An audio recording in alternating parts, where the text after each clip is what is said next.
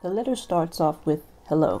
After more than 20 years, I've finally decided to tell the world what I witnessed in 1991, which I believe was one of the biggest turning points in popular music and ultimately American society. I've struggled for a long time weighing the pros and cons of making this story public, as I was reluctant to implicate the individuals who were present that day. So I've simply decided to leave out names and all the details that may risk my personal well-being and that of those who were, like me, dragged into something they weren't ready for.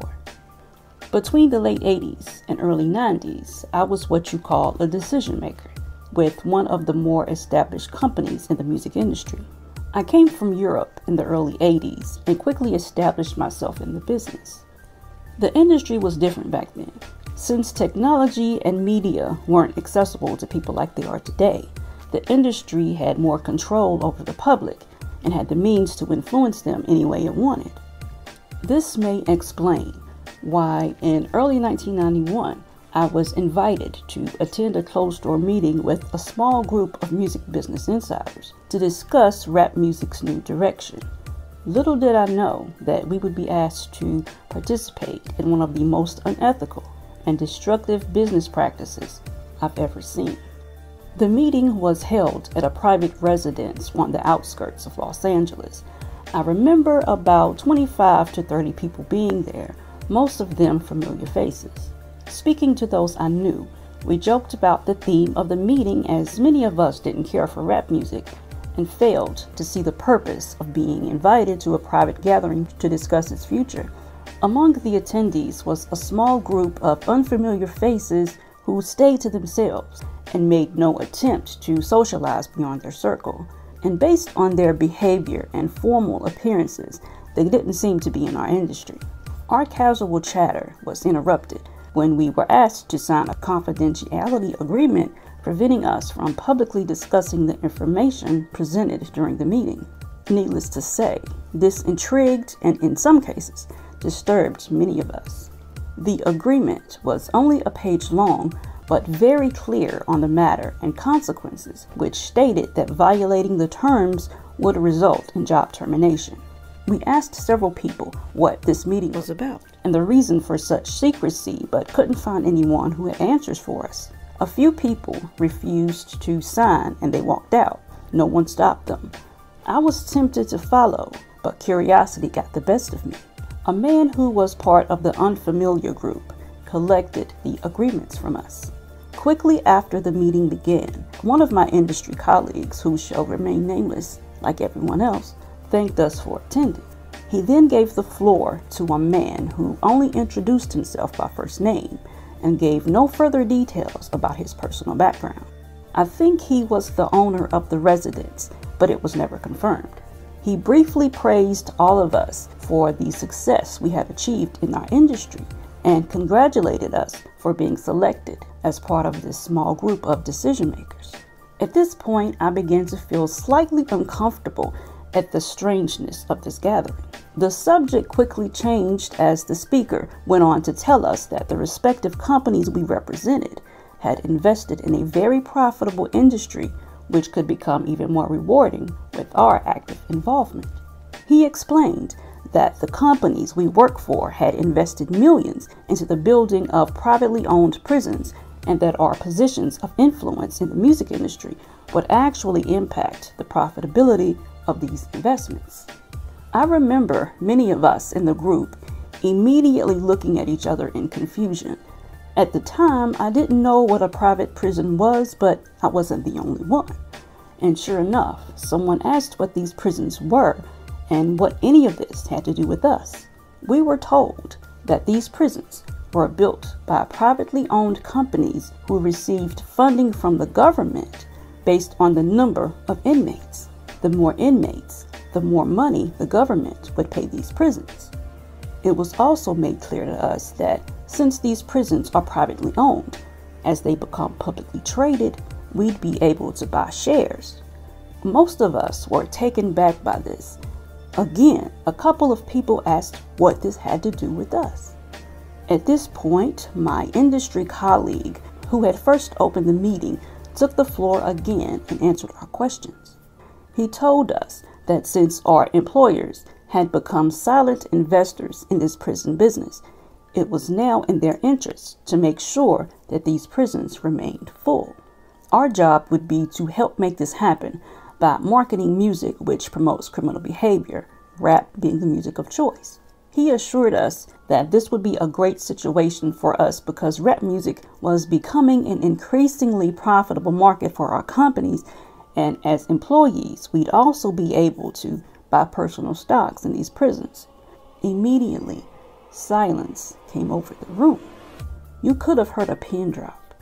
I remember looking around to make sure I wasn't dreaming and saw half of the people with dropped jaw, and my daze was interrupted when someone shouted, "Is this a effing joke?" At this point, things became chaotic.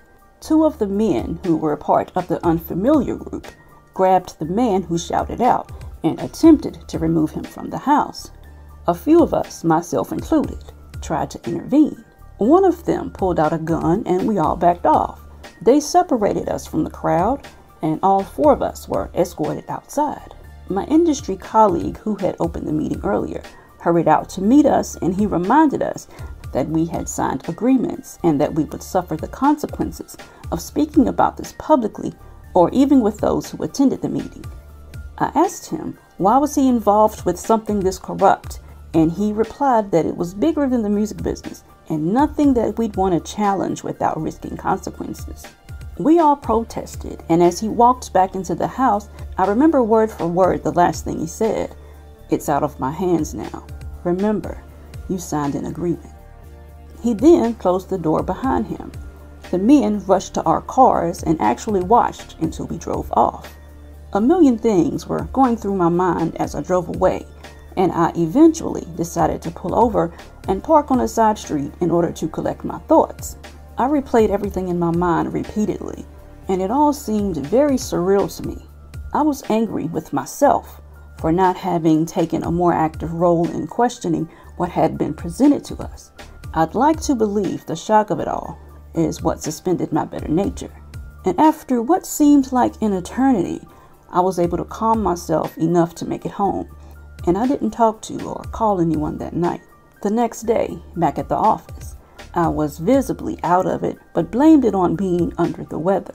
No one else in my department had been invited to the meeting, and I felt a sense of guilt for not being able to share what I had witnessed.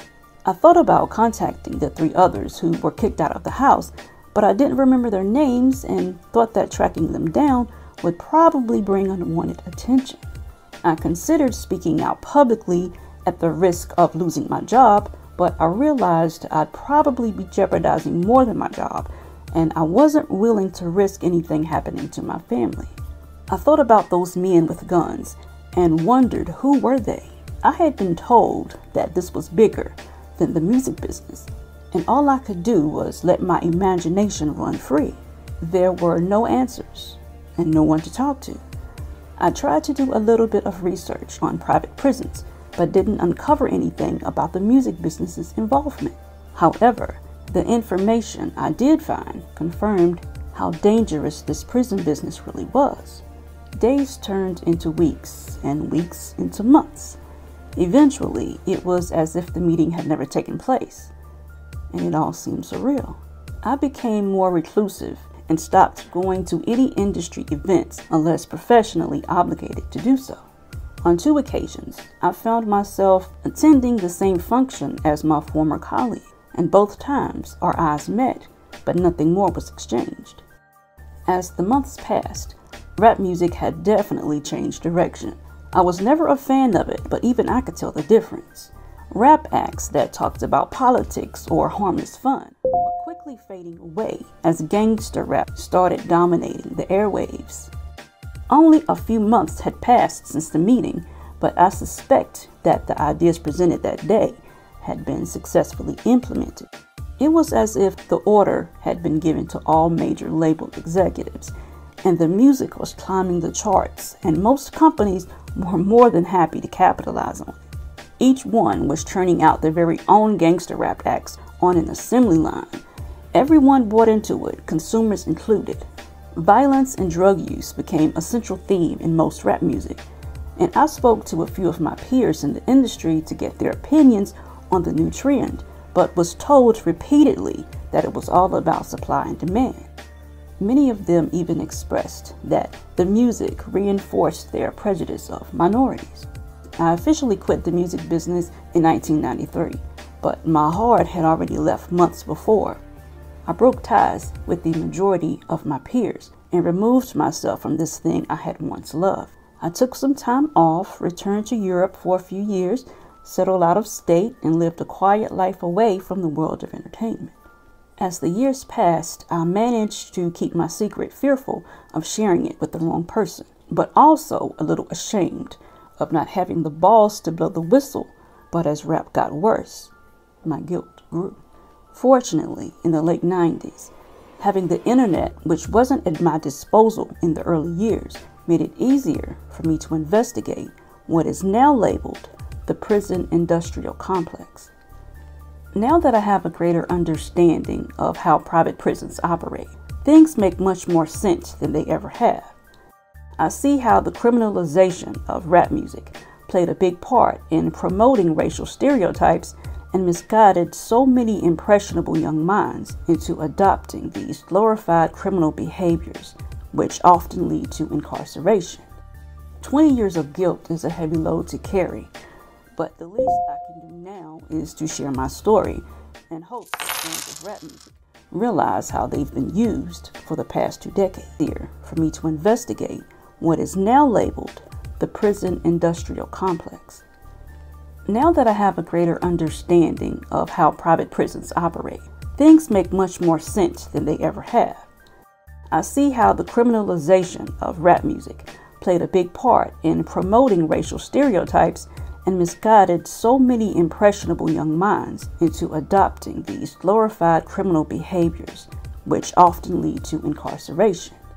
20 years of guilt is a heavy load to carry, but the least I can do now is to share my story and hope that fans of rap music realize how they've been used for the past 2 decades. Although I plan on remaining anonymous for obvious reasons, my goal now is to get this information out to as many people as possible. Please help me spread the word. Hopefully, others who attended the meeting back in 1991 will be inspired by this and tell their own stories. Most importantly, if only one